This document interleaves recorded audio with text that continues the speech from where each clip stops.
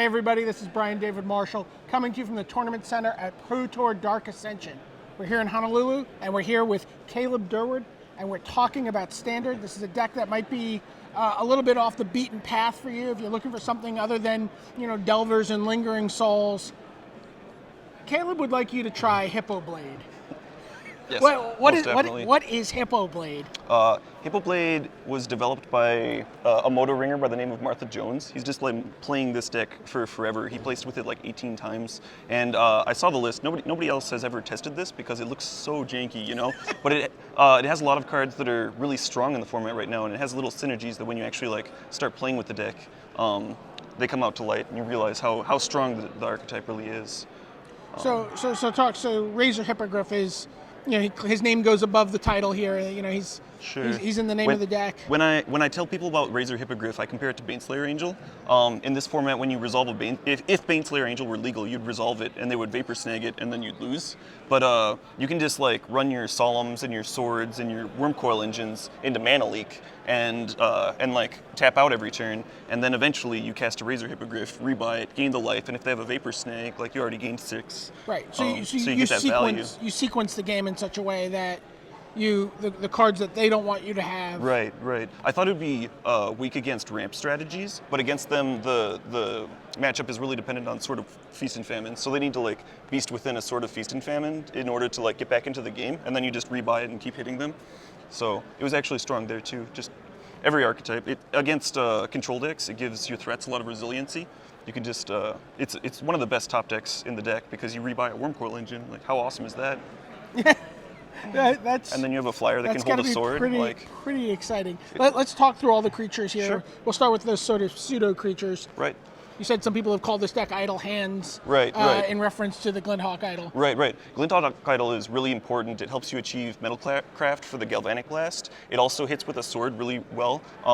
The control archetypes can't, a lot of the times they just can't answer it. They stare at the board with Wraths in their hand, and they're yep, gonna lose to that Glinthawk Idol, and you just beat them down with it. And then when they finally find a Doomblade, you just rebuy it with a Buried Ruin or a Razor Hippogriff, and you have these threats that they can't really deal with.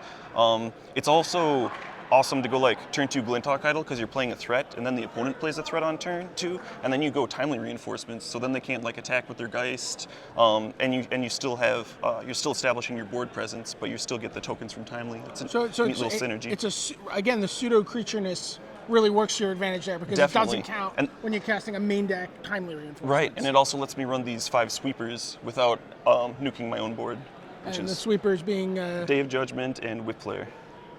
Yeah, Whip Flare is a card we haven't seen a ton of in Standard, but it seems it's pretty good strong. Right now. I tested 3 of for a bit, but it was just too dead too often. Having 2 is pretty good. You never want to draw multiples, but you want to be able to answer a Geist of St. Traft when it's relevant. Right. That seems to be something it's excellent at. Sure.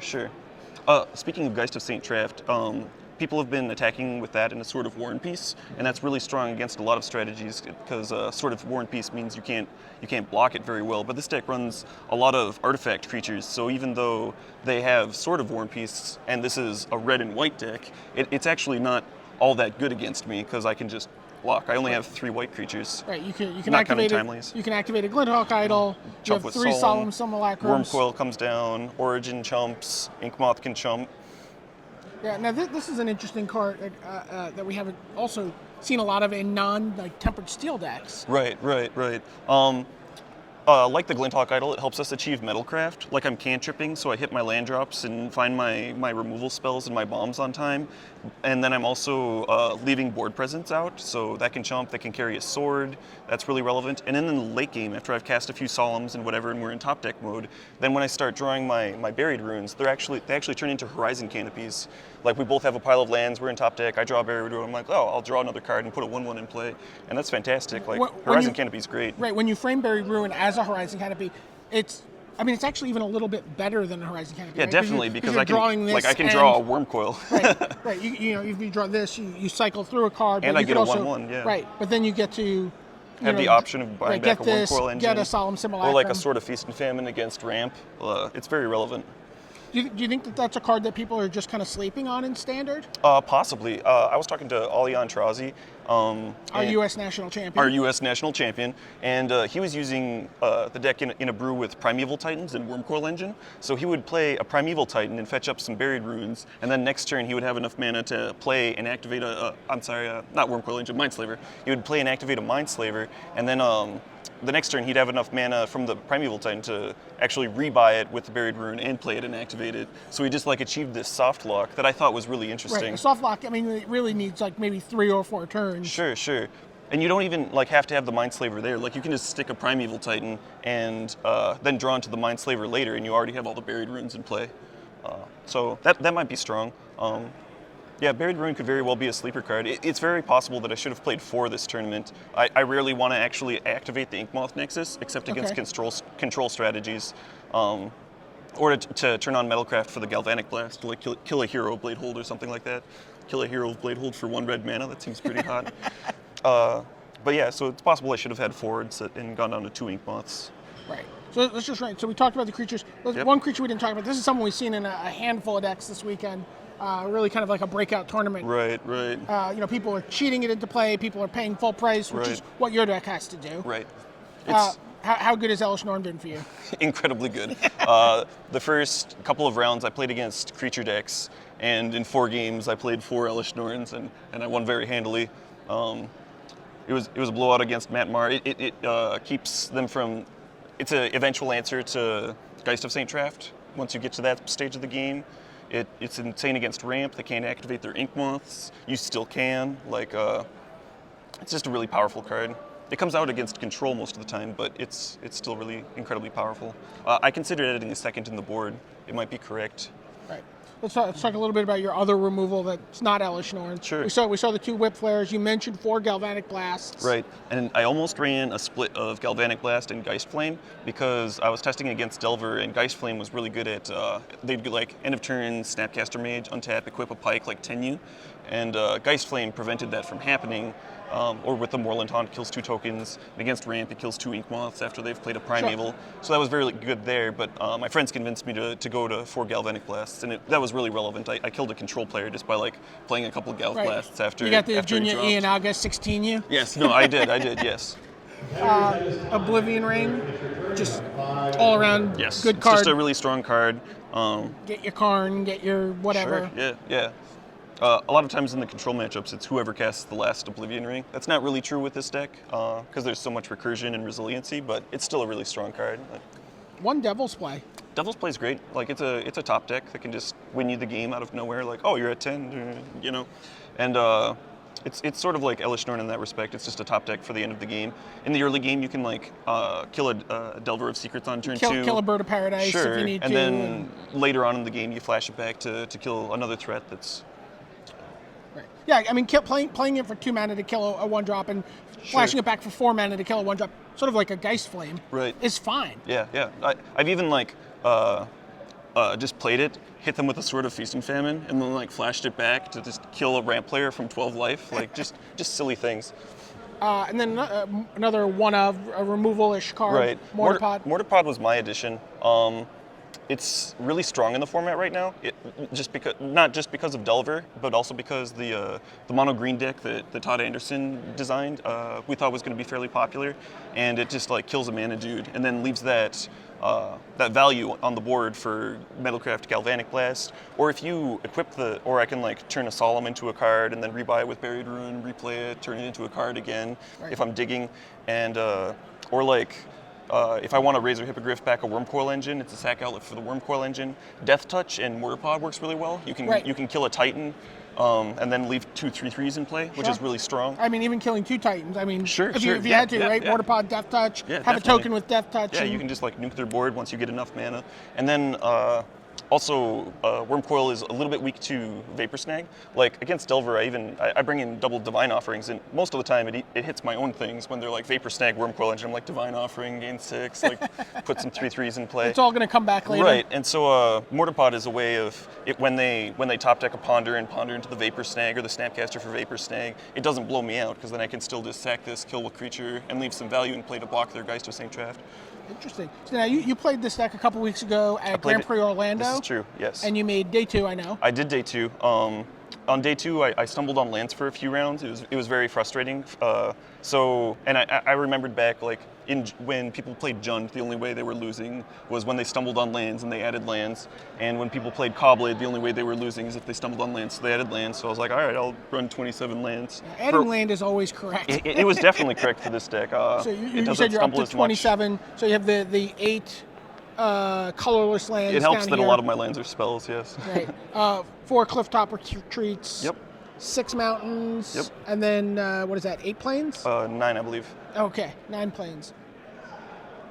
It's pretty exciting. Let's just take a quick look through the sideboard. This is Sure. a card that, man, I'm so sour about that card. Really? Well, you have to be fairly sour about I'm it. too. incredibly sour. I mean, Caleb, in case you don't know, Caleb is famous for, he rose to prominence as a deck designer for designing the Survival of the Fittest This is blue-green true, yep. deck with Vengevine.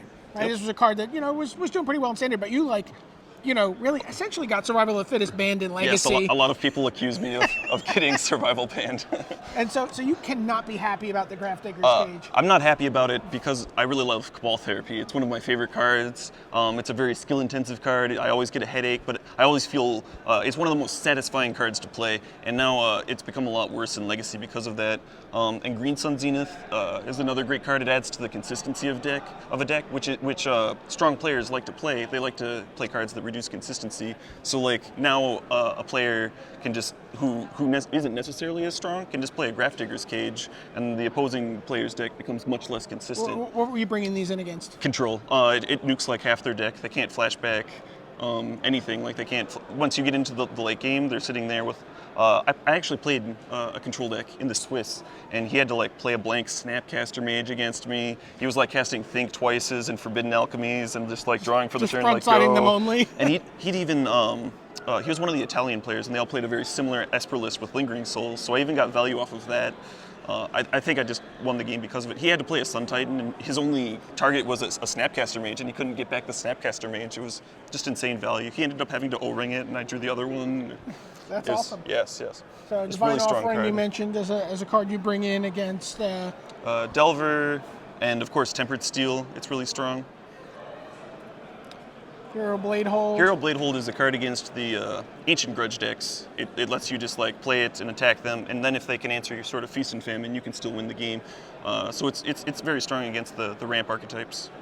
So you have a third Sword of Feast and Famine in your sideboard. Right. And a second Sword of War and Peace. Right. When the War of Peace comes in, I take out both Sword of Feast and Famines because against those archetypes, the Feast and Famine isn't as good. But the third Sword of War and Feast and Famine just comes in for the Sword of War and Peace. Against Esper, I want Sword of War and Peace, and against Blue-Black Control, I want Sword of Feast and Famine. Against Ramp, I want Sword of Feast and Famine. Against Delver and Humans, I want Sword of War and Peace. It lets me customize my main deck and become much more powerful. Revoke Existence seems, redundant to the Divine Offering. It seems that way, but it actually removes the Tempered Steel. And then this comes in against Humans and Esper Control, whereas the Divine Offerings do not, because it hits Oblivion Ring and lets you win that war. Like I said, whoever casts the last Oblivion Ring wins, but Revoke can fill in that role, so you have 5 of that effect. It also answers opposing Wormcoil engines, just random things like that. And when Hippo Blade becomes the number great card enemy in the number mirror. 1 at Friday Night Magic. Koth the Hammer. Another card to bring in against the control archetypes. You only have 6 mountains. This is true, but we have Solemns to fetch them, and we also have Inkmoth Nexus, and in the control matchups, the games go late that you just draw them and the Solemns naturally, and then they're also Ghost Quartering your Inkmoths. So your opponents convert your Inkmoths into mountains. Into mountains, and then you use the mountains to kill them with Koth. Okay. Karn Liberated. Yeah, I had an extra slot in my sideboard, and my friends convinced me to run Karn Liberated. It's I haven't drawn it this tournament, but it seems good.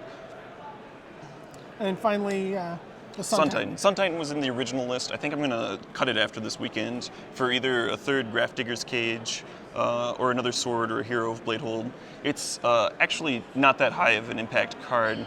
I don't actually need another threat against the control strategies. So, it's okay, but it's not necessary. Okay, well, in closing, this seems like a deck I would definitely like to take to Friday Night Magic and Sure. play with. No, it's a blast. What would you based on having played this for a little while now at the Pro Tour, what changes would you make to the main deck, if any?